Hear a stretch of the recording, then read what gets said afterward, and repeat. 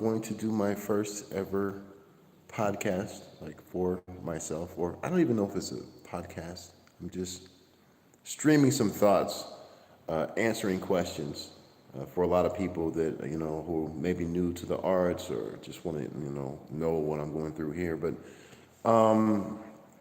we're basically talking about how there's so many videos now recently coming out about you have Shu Xiaodong, the guy who came out there, the MMA fighter, and he beat up that Tai Chi guy, and that has had a dramatic impact on the world of martial arts, East and West, and myself, and I think for the most part in a positive way, if you want it to be, But I kind of let's I guess in a sense let's go back to what that actual conflict was about because the media has been very misleading and people are we all want to kind of put our own persona on it, like our own experience on it, and basically use whatever event we see to justify our own reality. That's what we do a lot, but let's make sure we get all the pieces straight.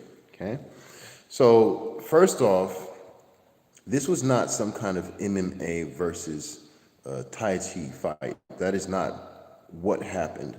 There was a guy who was practicing Tai Chi. They say master, right? This guy practicing Tai Chi, he claimed loud and publicly that he had a move or a punch or something that could stop any man with one blow, right? Now, when Xu Xiaodong heard that, right, he's like, what? This guy can really, stop anybody with one blow?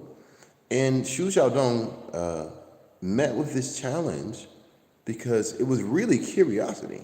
Xu Xiaodong himself said, like, hey, man, if you can beat me with one blow, I would be happy to see it. He wasn't really trying to disrespect him, and he especially wasn't trying to disrespect Tai Chi. He just said that I think you're full of shit. And in the martial arts world, you're not supposed to be talking loud anyway. That's not the nature of what we are. But as it may be, what happened was that they had the challenge. The guy took a punch to the nose, and then boom, went down. And that's part of life. No big deal. Actually, I think the only real issue to the whole situation is that if this Tai Chi guy wanted to be good at Tai Chi, if he claims to be a Tai Chi master, he should have taken that punch a long time ago. And then after you take that punch, you get knocked down, and then you recover from it, and then you fix your art. It's all about that.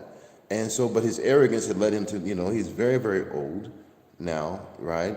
At an age where you really shouldn't be talking that kind of mess anymore, and especially if you don't have any fighting experience.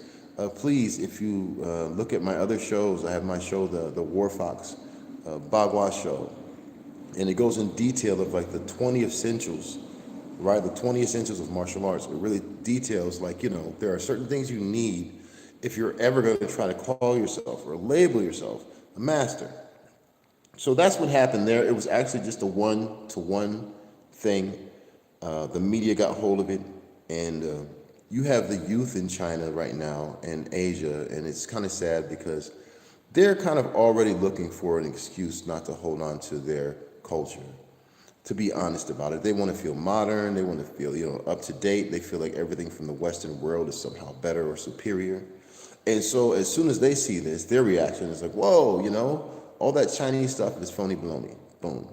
Media takes hold of it, and they want to do their part, saying that, it's, Tai Chi doesn't work well against, this or that, and it flies all the way over to New York. And then from there, Xu Xiaodong is continually attacked for being this guy who was disrespectful to all of the traditional martial arts. Now, no longer just this guy, no longer just Tai Chi. He's now the enemy of all martial arts. And what he had to do after a while, he kept trying to explain what I just explained to you. And he's like, fine, fuck it, I'll own it. Is that what you want to make me the bad guy? I'll be the bad guy. And then so he continues going out and doing his thing. Now, I think that, like I said, that's always been a part of martial arts. I've gone into different dojos. We've all had people step into our dojos, and you want to see who's who and what's what. There's nothing really wrong or evil about that necessarily. I think the only evil thing about this whole thing is really it's just the narrative of how they are kind of, suggesting that one thing is better than another. But I'm here to help you with that so you can understand, because I've been on both sides of the spectrum. I've done the Tai Chi, I've done the traditionals, I've done the modern, I've done the whole thing, and I've found them both effective all the time. And I can tell you, step number one, that if you ever hear anyone, or if you yourself say that a style is ineffective, right, or even if a movement is ineffective, you have a very young understanding of martial arts. There's nothing wrong with that. You have to start somewhere. The reality is every single technique has been designed to hurt and work, and they all do. Now, can every teacher teach you how to use that in a modern society? Maybe not, probably not. And a lot of that has to do with culture. So it's not the movements and the techniques in themselves. You're really looking at a culture where it's all about face. Here in Asia, it's all about face. They want to look good, right? And it doesn't mean that they don't know their techniques, but the only way you're going to learn how to really use a wrist lock is if somebody is honestly punching at you. They're honestly punching at you. They can start slow. That's fine. That's part of the training. They start slow with it. You move around. You take some shots. You're like, my timing's off. Hold on. Slow down, slow down, slow down. You do it again. You do it again. You do it again. And then eventually you start catching them. And that's really what training is. It always comes back to humility. If you want to be effective with anything, first you have to be humble enough to realize that as you do it, you're probably going to take some shots. When I was doing MMA, right? When I was teaching it when I was about 16, 17, 18 through 20. And that's where I first came to China, and then I saw Bagua. And I picked up some Bagua from this master. It was really good, showed me all the techniques, right? Showed me all the applications. Then I went back to teach my class the movements, Bagua, whatever. But first I wanted to make sure that I could use it. So I just had them fight me like we always fought before. And what happened? They punched me in the face. Punched me, knocked my contact out my eye, knocked me down, swept me, tripped me, threw me. I went through like a grueling process, But I knew for myself, I know the movements work. It's just me, I'm not doing them right. That's what I really, really understood from the beginning. And so I took my punishment, man, for, I guess maybe 6 months. After the 6 months, then I started getting out of the way of the obvious stuff. I started figuring out how the techniques worked. Granted, before that, I had already been doing martial arts for almost 20 years, right? But just using this new stuff that I didn't understand how to use yet, yeah, I was taking lots of shots, man. And then but I wasn't mad or upset. It was just like, you get knocked down, you get back up. You get knocked down, you get back up. You do it again. And then got back on the horse, and then I came out to Taiwan, and I got a lot more really in-depth information about the style. And then, when I go back, it's nothing the same anymore. We just, I'm just having fun with them now. You know what I'm saying?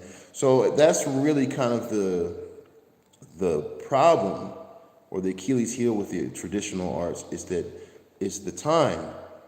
You are going to have to spend a lot more time to be effective at something traditional than you would have to if you were going to be effective at something modern, because modern really means like now. We want everything now, the microwave now. We want it all now, And the only problem with that I felt myself, the reason why I stopped doing modern martial arts is because I could feel very easily that there was a plateau.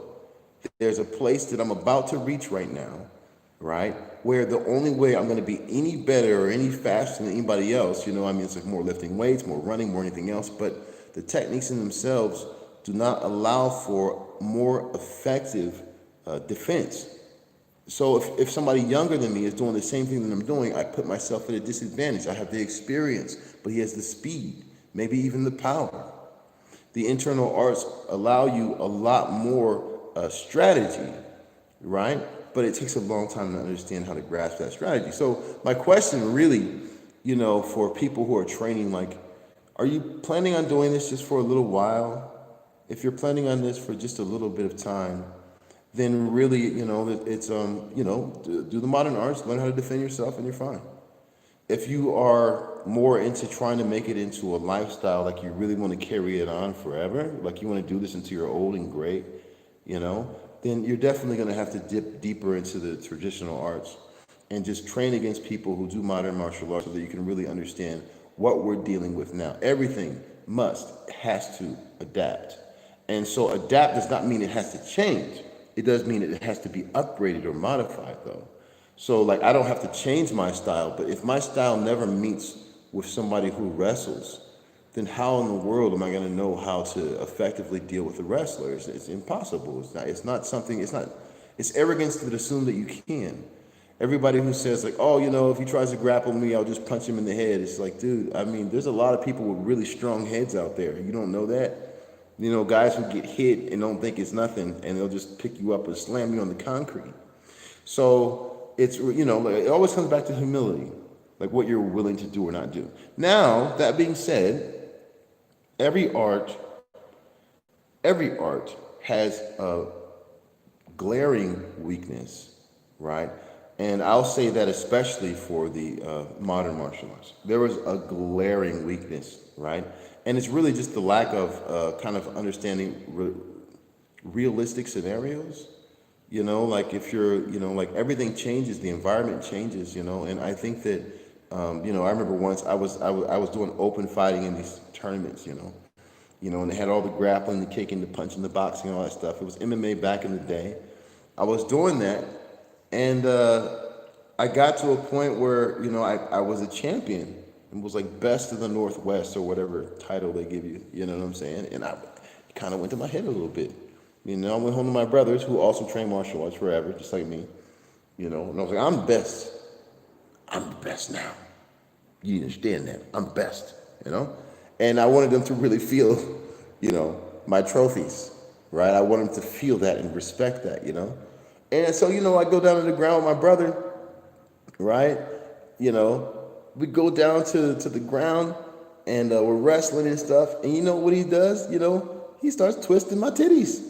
Like just twisting my titties, man. So bad. I'm like, God. Like I couldn't, all my little arm bars and things I was planning on doing, there was no way. My titties were completely twisted, And he found a kink, in the armor of something so simple, which is why we have so many rules against twisting titties, because it's, we say, oh, it's not honorable. Honorable my ass, dude. Like if you're fighting somebody in the street, you seen those videos where guys are, they just go out there and bite necks. Man, I saw a guy trying to grapple a guy on the ground, man. This dude bit this dude's like flesh off his neck, dude.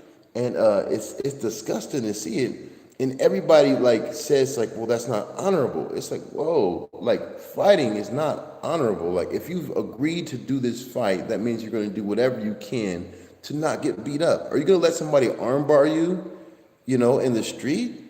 No, man. It's so that's the game. And then especially let me. I'm not even sure if I got it in my pocket here. Something. No, I don't have them on me right now. Okay, well. Your keys from your car, your keys from your house. I mean, don't you always have your keys on you? I don't have mine because I left them in the other room because I had to get into this room. I had to do the trade or whatever. But your keys are always on you, right? Every time you go anywhere, you do anything, you have your keys.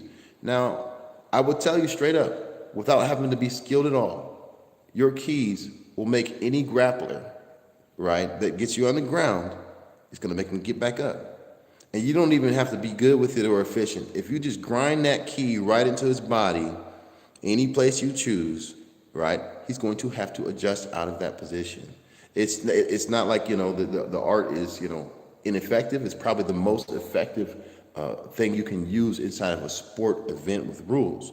But even a simple pair of keys, right, driving into the body, driving into the throat, driving into this part here, driving into the armpit, driving into the chest, wherever you want, It's going to force them to get up. And you got to understand that if you're a grappler, that nobody's coming against you. Nobody's saying that you're not effective. I mean, shoot, if you can grapple and you have your keys too, okay, now you need to practice that. Practice how to use those keys when you're on the ground. You need to practice, every aspect of your art. I mean, I don't see martial arts as really preparation for fighting, but more like preparation for life. Like, you don't know what kind of problem you're going to run into today. You don't know what language you're going to need. And so it's kind of important that you're open to continue learning and developing. And my philosophy, really, from what I've seen, is that if something is brought before you, if somebody brings something before you, whatever it is, it's almost like the universe is saying, hey, this is yours. So instead of debating with them about it, you really should be like, this is a gift for me to receive. Like, I didn't want to learn Chinese. Do you know that? Right? I mean, like, I refused to learn Chinese more than one time. My friend said, hey, man, you should learn Chinese. I was like, not my thing, dude. He's like, hey, man, you should learn Chinese. Ugh. And then he got me with the line. He was like, yo, man, if you learn Chinese, you'll be able to talk to a lot of pretty girls. And I was like, pretty girls, So that's basically what got me on. It almost started as a joke. But when I started it, when I opened up to it, I was really surprised to see how much I enjoyed it. I kept telling myself, like, oh, if it gets too hard, I'm just going to drop the class, But it turned out to be my best class.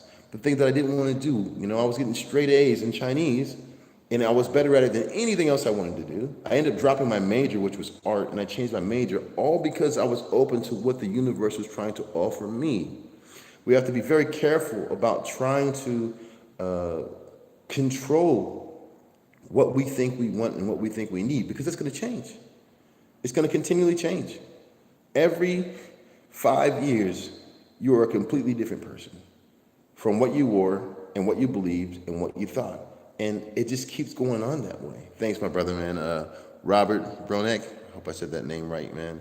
I appreciate your support, And so you're going to keep changing. And so to kind of refuse that, to kind of think that you know what you need for yourself, what you end up doing is creating a false reality, and you put yourself in a box.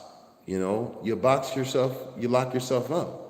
And then you don't even know how to get out of your problem, because you've ignored all of the different hints of how you're going to get to a better place. Don't be too quick to admire someone else, in that same regard. Something like, you gotta watch how their lifestyle is before you put some admiration into them. If you're gonna admire somebody, admire them for being a good father, for being a good friend, for being a good, employee or whatever, But like you see something like, Conor McGregor, he has his success, that's wonderful. But look at all the other problems that come along with his attitude and how he presents himself, just by how he presents himself. If he was a cool cat, he wouldn't even be in all these problems, and he would still have the skill. So your skill doesn't mean that you have to be arrogant or, rude. And look at Bruce Lee.